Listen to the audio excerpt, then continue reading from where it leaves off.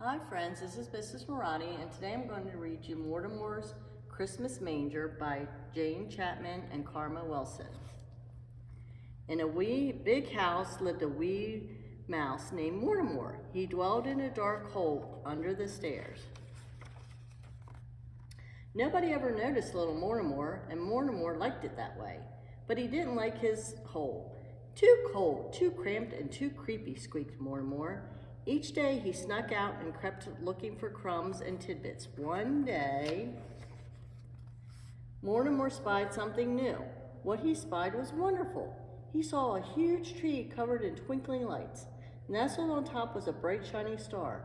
But something even better than the tree itself sat next to it on the table. Mortimer sighed with delight. A house just my size. But the house was so high and Mortimer was so low. I'll climb up the tree, said Mortimer. It made a perfect ladder for a mouse. Finally, he reached the table. Perfect, said Mortimer. Not cold, not cramped, not creepy. Cozy. But who are you?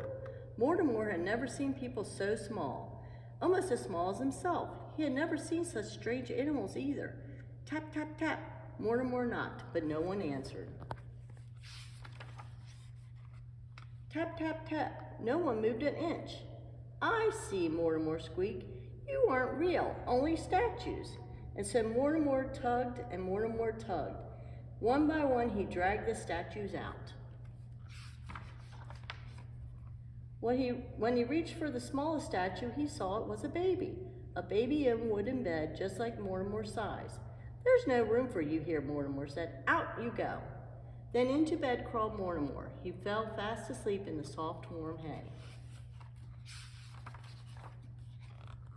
The next day, Mortimer crept about. He found good things to eat, cookie crumbs, fruitcake morsels, and spicy peppermint candy.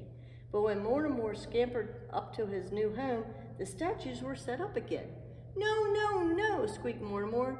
This won't do. There's no room for me. And so Mortimer tugged and he lugged, and then the statues were out. And stay out, he said. Then into bed crawled Mortimer. He fell fast asleep in the soft, warm hay.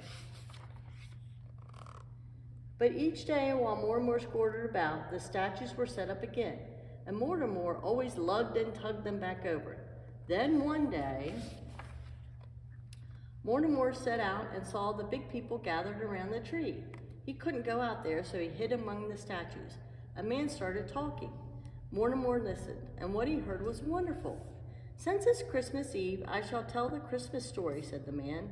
A long time ago, in a little town called Bethlehem, Mortimer heard about people named Joseph and Mary and a bright shining star. He heard about shepherds watching their flocks by night and traveling wise men. The man continued, and then there was no room for them in the inn. Then Mortimer heard about a baby who was born in a stable and had no real bed but slept in a wooden manger, a baby born to save the world. And his name shall be called Jesus, said the man. Mortimer looked at the bright shining star on the tree. He looked at his new home and at his new bed, and he looked at the statues. Last of all, he looked at the baby. I see, sighed Mortimer. You aren't just my statue, you are a statue of Jesus. Mortimer sniffled and snuffled. A tear rolled down his furry cheek. There was no room for you in the inn, but I know where there is room, he said. And so Mortimer tugged and he lugged, and soon he dragged all the statues back to where they belonged. Last of all, he laid the baby in the manger. This belongs to you, he said. Mortimer smiled. You look warm and cozy now. There was no place for Mortimer to go to creep except back in the cold, creepy hole.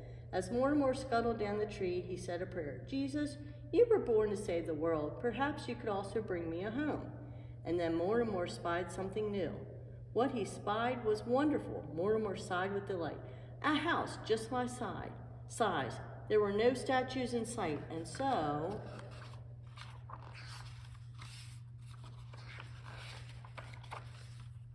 Mortimer moved right in. Thank you, Jesus, said Mortimer. You made room for me too. The end.